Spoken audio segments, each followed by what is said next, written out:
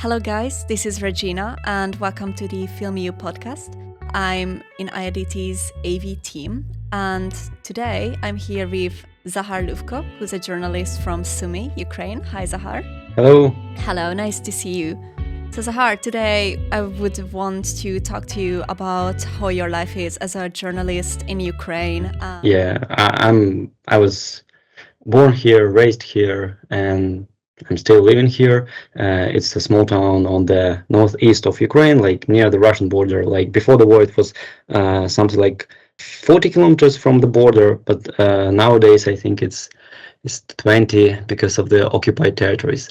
So I also studying a master's degree currently in my Sumy State University. I finished bachelor's degree there as well, and my major also was journalism. And I don't know, like I have a lot of things to talk about because war really affected my life. I mean, like especially my studying life. I have been studying for like 5 years, like since 2021, and I went to the university to offline classes only like for 2 weeks, and after that the COVID started, and after the COVID we had war. So that's why mostly like our studying process was online, and it was quite interesting. Well, thank you for sharing it with us, first and foremost. And I can imagine, like, considering the emotional aspects, like, being in your late teens to early 20s, it's already like such a big shift, even if you're in a country not affected by war. And how would you, like, think about how was it for you, like, the emotional aspects growing up while all of this started? Like, you're still, like, so young, but you were even younger when it started. So how did you cope with all of this? I don't know, like the emotional aspect of all this stuff is like I think, growing up faster and realize that your life may or might end in any moment. So yeah, like living with this thought might be at times frustrating, but it also gives me, like some focus on the present. So I don't know, like it's on the other hand also not a really good thing because you can't make any plans for years because you don't know what will happen tomorrow. But still, you live with the thing that you have during these present times, and that's why, like, I mean, I think I can only like make plans for maybe 1 month or 2 months, and like next time, who knows what will happen. So would you say it made you like more mindful, like you live in the present and don't like, worry too much about what will happen in 2 years, 3 years? Yeah, I think I got anxious about the future by the end of my bachelor's degree. I think at that moment I started to think that maybe it's the right time to start to work somewhere. And also, I think like I uh, got a job maybe like in March of 2025, and I was still like finishing my bachelor's degree. So yeah, I started to work in our local media outlet in Sumy called Zakhar. It's like an online magazine, and I usually like write news articles there, but also bigger texts, and also I try to be like some sort of host in their videos and told people some stories or like the events that occurred during the week in my town. That's so cool. Congratulations on landing a job at such a young age. How did this opportunity come? That's also like another interesting story because I think this opportunity came from actually like my university because first like I mainly was focused on studying process, and I was writing some news articles, and I was always like active in this university life. So like whatever my teachers asked me to do, I did that, and I was also like really free to do that. And during that period of time I also like applied for some scientific work, and my teacher at that moment was a PhD student. He was helping me with this science article, And it appears that this PhD student was also working in this local media. So that's how I first met them. And now this person is my chef editor, and I think like she noticed me during that time. And after that, they gave me this opportunity to work. Like they wrote to me and said that if it will be okay for me to join their team. And I was like, yeah, sure. That's so nice. Did you always know that you wanted to be a journalist, or did that change through the years, like your career aspiration? I think that I decided to be a journalist quite randomly during my time in school. I was thinking to become historian or an archaeologist specifically because I was a big fan. I am still a big fan of Indiana Jones movies. Then I think like on the last year in my school, I understood that I quite a good storyteller. I mean, like I write some good texts, and also like my speaking skills and how I act in front of the camera is also like quite a good skill. And then my friend suggested me to apply for journalism in Sumy State University, and I thought that they wouldn't accept me because like you had to have really high grades to get in this university on budget, and I thought that they will not accept me, but in fact they accept. So it was like my first priority because I didn't think that it will work out. And my second priority was archaeology. And it appears that like this first priority was approved, and I was like, okay, now I'm becoming a journalist. It's so nice, and I feel like it was meant to be because of how it all worked out. And how was like an average day for you at the university? Like, what kind of classes did you have? Or like you mentioned that most of them was online. Have you ever been to the campus, or how was that? Like, despite the fact that most of the classes were online, as I mentioned before, I think I have been going to the campuses for like the first 2 weeks of our first year in the university in like, yeah, it was still 2021 before the COVID. And also like, I think it was a really nice time because offline classes, I think, gives you like this opportunity to really develop your skills, because during online, I mean, like you can always read from the paper or from your monitor with information and give all the answers, but during offline you're not able to do that tricks, so you have to memorize everything. And yeah, I think it may help you to develop more skills especially.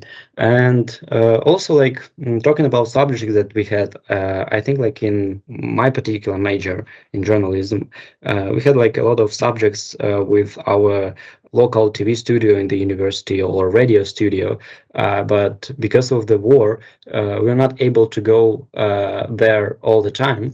Because usually, like you went there, you try to make something with the equipment that we have, like with all the microphones, cameras, and like make some sort of TV program or radio program, and it's a really nice and great experience. But we didn't have this experience enough for us because of the air threats and all of this stuff.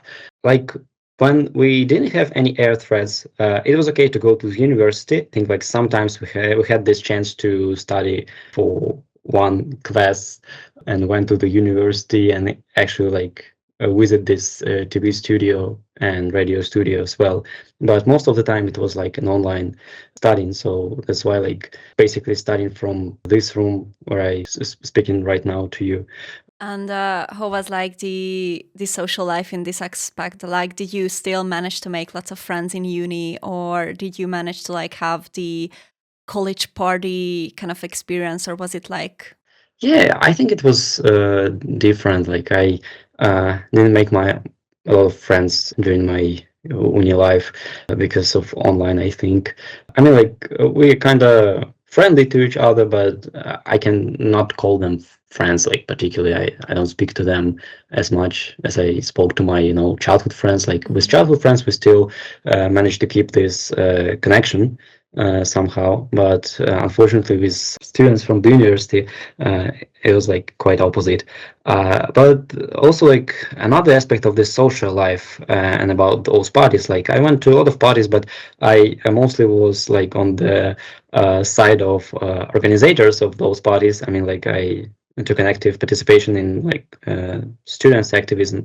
So I was mostly with people who organized all of this, and I was making photos of this event. So I, like was trying to gain my experience as a photographer at that time. So nice. And what about now? Like for the magazine, are you mostly working remote, or do you go into the radio station or the office? We have an office in the center of our city, so I mostly go there. We have an opportunity to work remotely, but I don't know, like maybe because I didn't have much connection and social life during university life, I tried to go to our office as much as possible. And I feel like it's also very nice to work in person rather than remotely, because then you connect with your colleagues and your boss. And I feel like it's like I'm just like more creative when I'm not remote.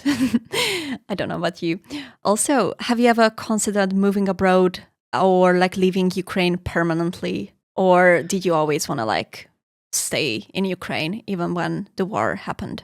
I actually I don't know, tried this life abroad, and I have been studying abroad for 6 months in Slovakia, so I already had this experience, and I say, yeah, it's quite interesting, and maybe at some point of my life I would go somewhere else and try my best there. But currently, I think I really connected to my homeland, and I want to stay here, especially during these events, because when I was studying abroad, it was also big, I don't know, some sort of psychological pressure, because during that time, several attacks was happened in Sumy, so it was also really hard, because my friend, they're still there, my family is still here, and yeah, it was I don't know,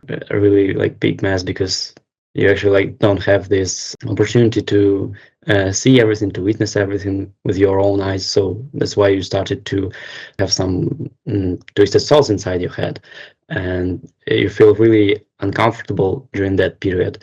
And then on the 6 months of my studying, I started to really won't go back home. Especially I was studying as a Ukrainian journalist for my whole life, so that's why I don't know, I want to develop Ukrainian journalism and to be a really good professional in that field, and with this professionalism, at least make some impact on Ukrainian journalism in general, so people from other countries would look at Ukraine and think that we have a really good school of journalism here.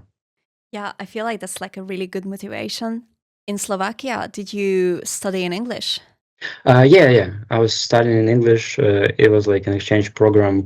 Their governmental exchange program is called National Scholarship Program of the Slovak Republic, and I applied for this program the moment the Ukrainian government allowed young men who are over 18 years old to study abroad. Yeah, they allowed to study abroad only for one semester, so that's why I think that it's maybe a really good opportunity, because at that moment I have only this offer in Slovakia to study journalism. I don't know, for some reason my university doesn't have so much exchange programs for journalists. It's more about technical majors, and I don't know, maybe also translators, but not about journalists. And this one, it was there. I applied for it, and I won this scholarship. And yeah, it was also quite nice time. Yeah, that sounds very exciting. Also, I'm also studying abroad, but I'm studying full time and not just for the exchange. So, how big was the difference between studying in Slovakia versus studying in Ukraine? Because, the two countries are a bit close, but at the same time, obviously, the life circumstances are very different.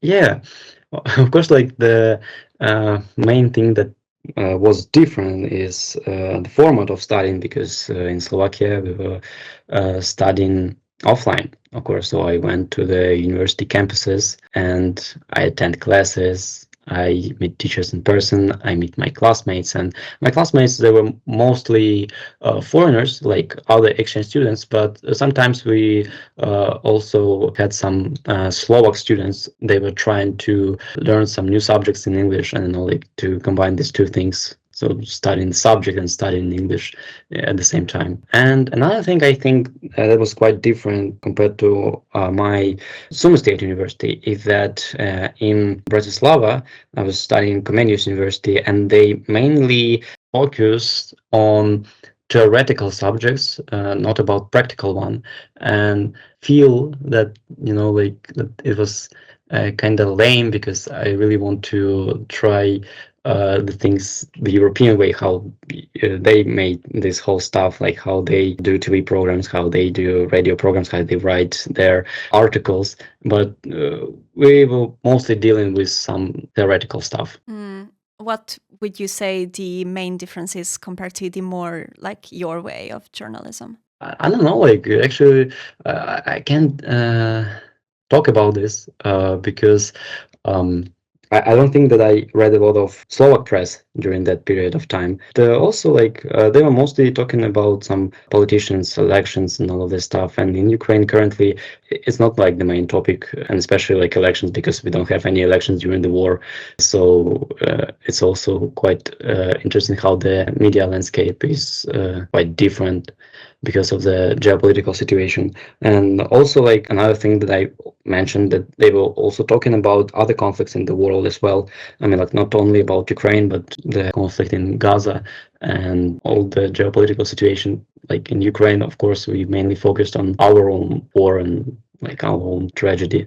So yeah. Yeah, I actually did not know that there are no elections during times of war. So I feel really educated right now.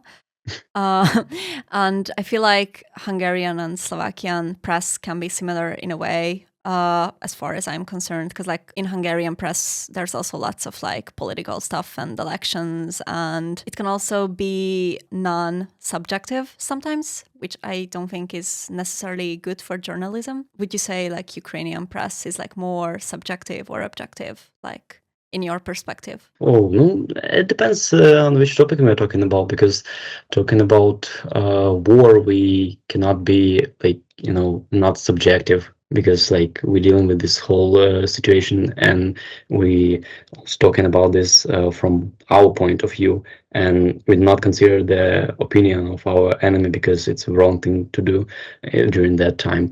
And also, like, I think the topic about politicians is also quite interesting, because like of course we not talk about election because there are no elections, but still we trying to investigate some corruption scandals and all of this stuff, because it's also happening during the war. It's also like a big problem because it may influence our reputation on the global platforms, and I think like in that way journalism is quite a good thing, because some of the high officials said that you should not talk about this during the war because it affected our reputation. But on like, firstly, you should not do corruption during the wartime. So if you have journalists who investigate this and who cover these topics, I think it's also like a really good sign of democratic society. And when we have the reaction of Ukrainian people to this situation, is also like a really good sign that people here are really like pro-European and pro-democratic. That's amazing. And I feel like I get the sense that you're like staying so motivated in your profession and as well as like your life in general in these times. And I feel like that's like very inspirational, because I feel like some people in Hungary or Ireland, when there's no war, people are still like not motivated to do their career as hardly as you're doing it currently. And I wanted to ask how you're saying like so motivated and like positive during these times, like no matter what, you keep on doing your own thing. And would you say like people your age in Sumy or Ukraine, are they the same level of aspirational as you are, or are you like more special in that way? I don't know, like, firstly, thank you so much for the compliment. I think that a lot of people right now in Ukraine are quite motivated. to do at least something, because I mean, like, Russians really want us, like, dead or sad, or like, they want to make our lives worse, and we trying to prove them that they are wrong and they cannot break us.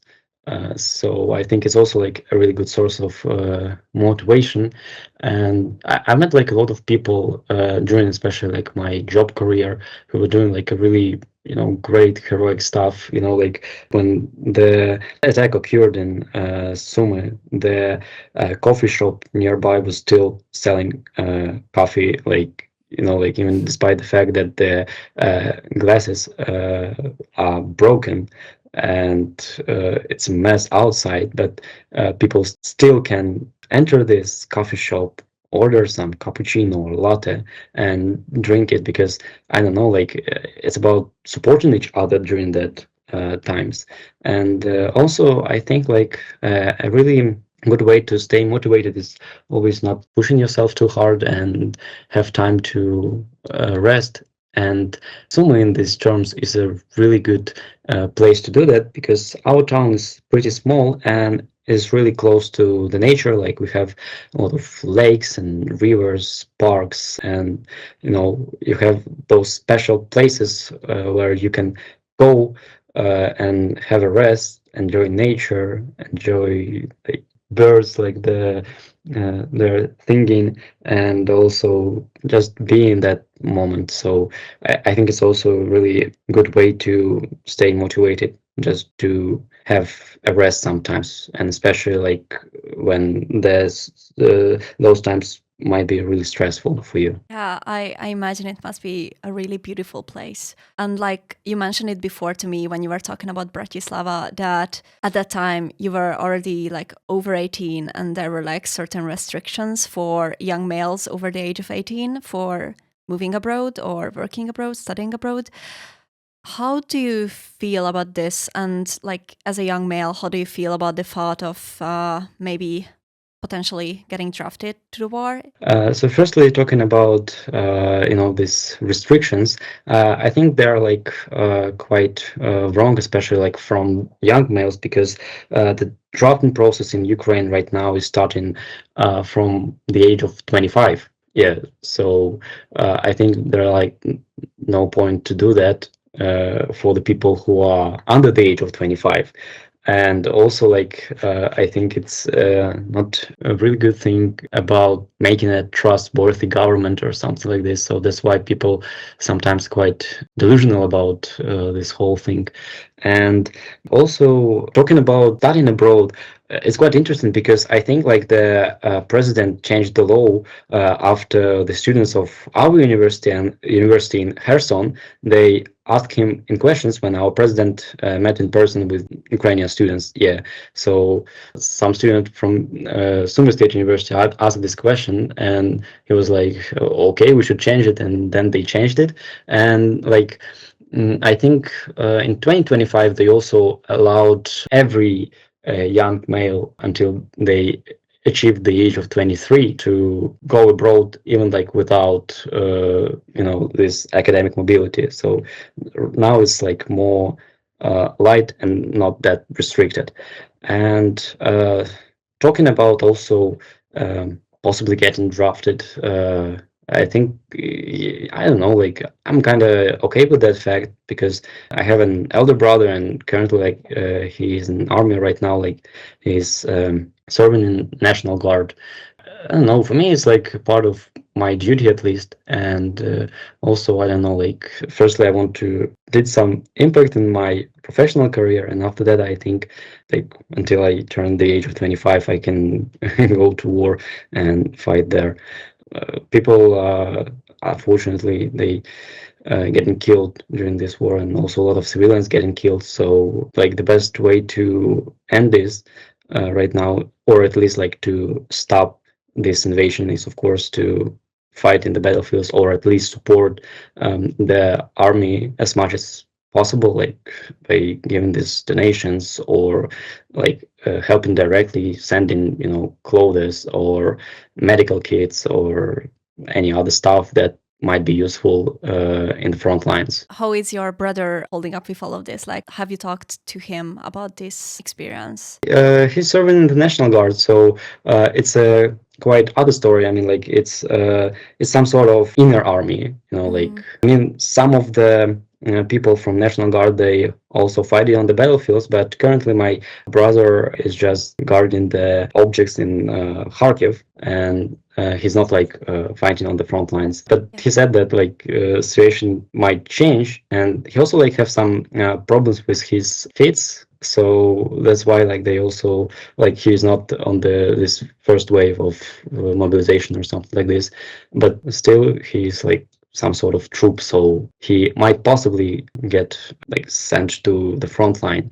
But I don't know, like right now he's doing okay. I think like he will have some sort of vacation on the 3rd of April, so I will meet with him. Do you meet often, or do you talk like on the phone or? On the phone, yeah. We mostly talk about on the phone, and also I think like I can possibly go to Kharkiv to meet with him because it's really nearby from Sumy. Right now, the train system is quite dangerous. I don't know, like yeah, Russians started to attack our trains really frequently, so that's why we don't have like any train connection with any city in Ukraine except for Kiev. Like we can only go to Kiev, and if going to Kharkiv, I think I should take a bus to go there. But I mostly talk with my brother on the phone or messaging in WhatsApp. What about your parents? Like, do you still live with them, or do you live separately, or?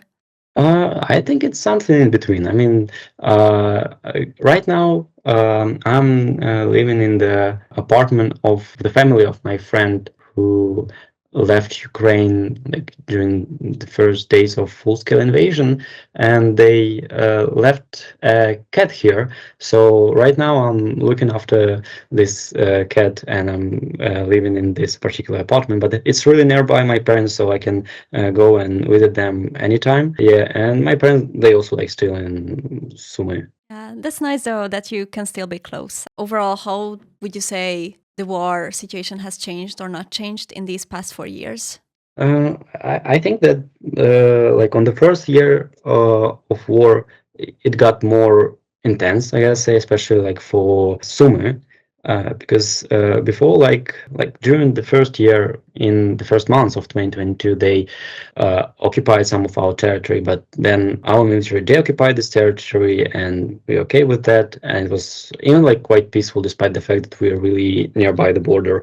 But I think everything changed in 2023 and in 2024, particularly when Ukraine started an operation, military operation in Kursk. And that's why our city became also like some sort of home for people who are serving in the army, because like it was like some sort of stop point for them, or they also like were living here.